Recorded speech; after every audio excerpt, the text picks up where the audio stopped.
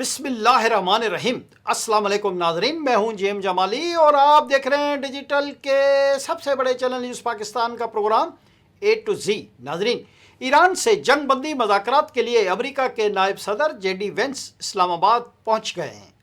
ان کا استقبال عسکری و سیاسی قیادت نے کیا۔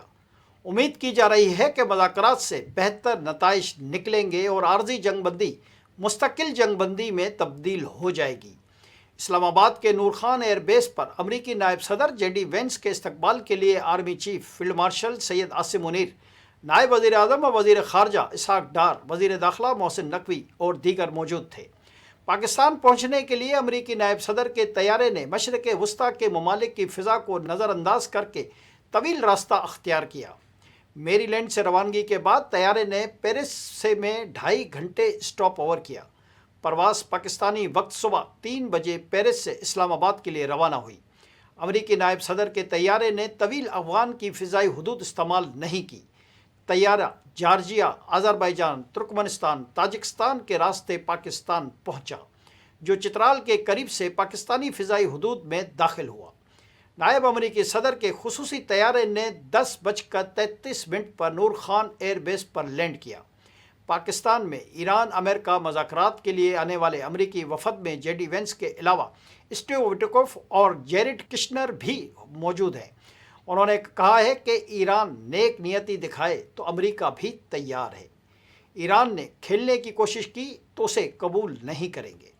دوسری جانب اسلام آباد مذاکرات میں حصہ لینے کے لیے گزشتہ رات پاکستان آنے والے ایرانی وفد کے طیارے کی حفاظت کے لیے انتہائی غیر معمولی اقدامات کیے گئے تھے۔ یہ حفاظتی اقدامات کئی تہوں پر مشتمل تھے۔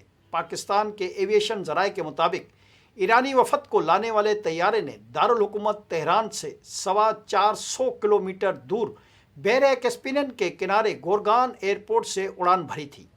میڈیا کو شہری ہوا بازی سے متعلق ایک اہم افسر نے بتایا کہ پاکستانی ایئر ٹریفک کنٹرولز کو پہلے ہی آگاہ کر دیا گیا تھا کہ ایرانی مہمانوں کے طیارے کا ٹرانسپونڈر بند ہوگا۔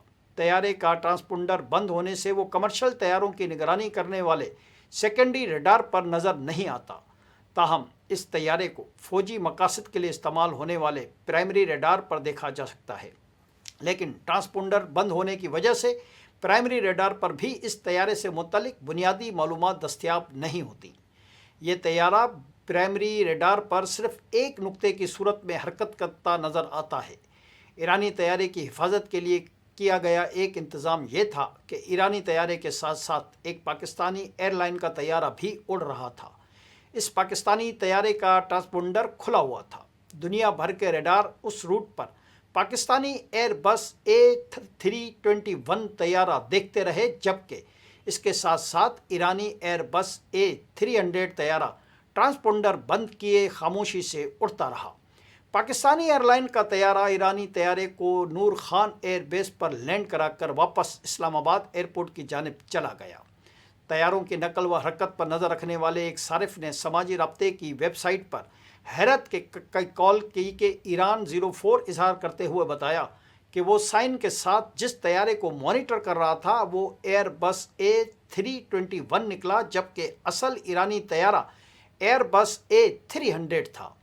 ایویشن ذرائع کے مطابق ایرانی طیارے کے لیے کیے گئے انتظام کو ایئر موبائلٹی ڈسپلشن کہا جاتا ہے۔ ایرانی طیارے کی حفاظت کے لیے پاکستان ایئر فورس کے انتظامات اس کے علاوہ تھے۔ بحیرہ کیسپیئن کے کنارے سے اڑان بھرنے والے ایرانی طیارے نے افغانستان پر طویل پرواز کی اور چمن کے راستے پاکستانی فضائی حدود میں داخل ہوا۔ اس دوران خلیج کے وار زون سے لے کر پورے افغانستان اور اسلام آباد تک واکس اور لڑاکا طیاروں پر مشتمل فضائی نگرانی اور حفاظت کا مؤثر نظام کام کرتا رہا۔ جی ناظرین، دریں اثنا پاکستان نے فریقین کے درمیان تعمیری مذاکرات اور دیرپا حل کے لیے سہولت کاری جاری رکھنے کے عزم کا اعادہ کیا ہے۔ اس سلسلے میں دفتر خارجہ کا کہنا ہے کہ خطے میں پائیدار امن ہی سب کے مفاد میں ہے۔ ادھر پاکستان نے بین الاقوامی صحافیوں کے لیے بہترین سہولیات کا انتظام کیا ہے۔ یہ انتظام کنونشن سینٹر اسلام آباد میں کیا گیا ہے کہ جہاں سے الیکٹرانک اور پرنٹ میڈیا کے صحافیوں کو ہر قسم کی سہولت فراہم کی گئی ہے تاکہ وہ چاہیں تو اپنے میڈیا گروپ کو براہ راست نشریات یا پاڈ کاسٹ یا وی لاگ بھی دے سکتے ہیں۔ ایران اور امریکہ سمیت متعدد ممالک کے صحافیوں کی بڑی تعداد ایران امریکہ مذاکرات کو کور کرنے کے لیے پاکستان پہنچی ہے۔ جی ناظرین، ادھر امریکی صدر ڈونلڈ ٹرمپ نے کہا ہے کہ اگر ایران کے ساتھ جاری مذاکرات ناکام ہو جاتے ہیں تو واشنگٹن کے پاس کوئی متبادل منصوبہ یعنی پلان بی بھی موجود نہیں ہے۔ میڈیا رپورٹس کے مطابق دونوں ممالک کے اعلیٰ سطح کے وفود آج اسلام آباد میں ملاقات کر رہے ہیں تاکہ مشرق وسطیٰ میں جاری جنگ کے خاتمے پر بات چیت کی جا سکے۔ غیر ملکی میڈیا رپورٹس کے مطابق امریکی صدر سے پوچھا گیا کہ اگر امریکہ اور ایران کے درمیان مذاکرات ناکام ہو جائیں یا تہران آبنائے ہرمز کو دوبارہ کھولنے سے انکار کر دے تو کیا کوئی متبادل حکمت عملی موجود ہے؟ تو صدر ڈونلڈ ٹرمپ نے صحافیوں سے گفتگو کرتے ہوئے کہا کہ کسی بیک اپ پلان کی ضرورت نہیں۔ ایران کی فوج شکست کھا چکی ہے، ہم نے سب کچھ مربوط کر دیا ہے، ان کے پاس بہت کم میزائل رہ گئے ہیں اور ان کی پیداواری صلاحیت بھی محدود ہے۔ انہوں نے کہا کہ ہم نے ایران کو شدید نقصان پہنچایا ہے، ہماری فوج غیر معمولی ہے اور اس نے بہترین کارکردگی دکھائی ہے۔ رپورٹس کے مطابق امریکہ نے حالیہ دنوں میں مشرق وسطیٰ میں اپنی فوجی موجودگی میں اضافہ کیا ہے۔ تاہم 2 ہفتے کی جنگ بندی نے خلیجی خطے میں شدید کشیدگی کے بعد نسبتاً سکون کا ایک موقع فراہم کیا ہے۔ امریکی نائب صدر جے ڈی وینس، جو ایران کے ساتھ جنگ کے معاملے میں نسبتاً محتاط موقف رکھنے والوں میں شمار کیے جاتے ہیں، امریکی وفد کی قیادت کر رہے ہیں۔ آج کے لیے اتنا ہی ہے۔ اگلے پروگرام تک کے لیے اپنے میزبان جی ایم جمالی کو اجازت دیجیے۔ اللہ حافظ۔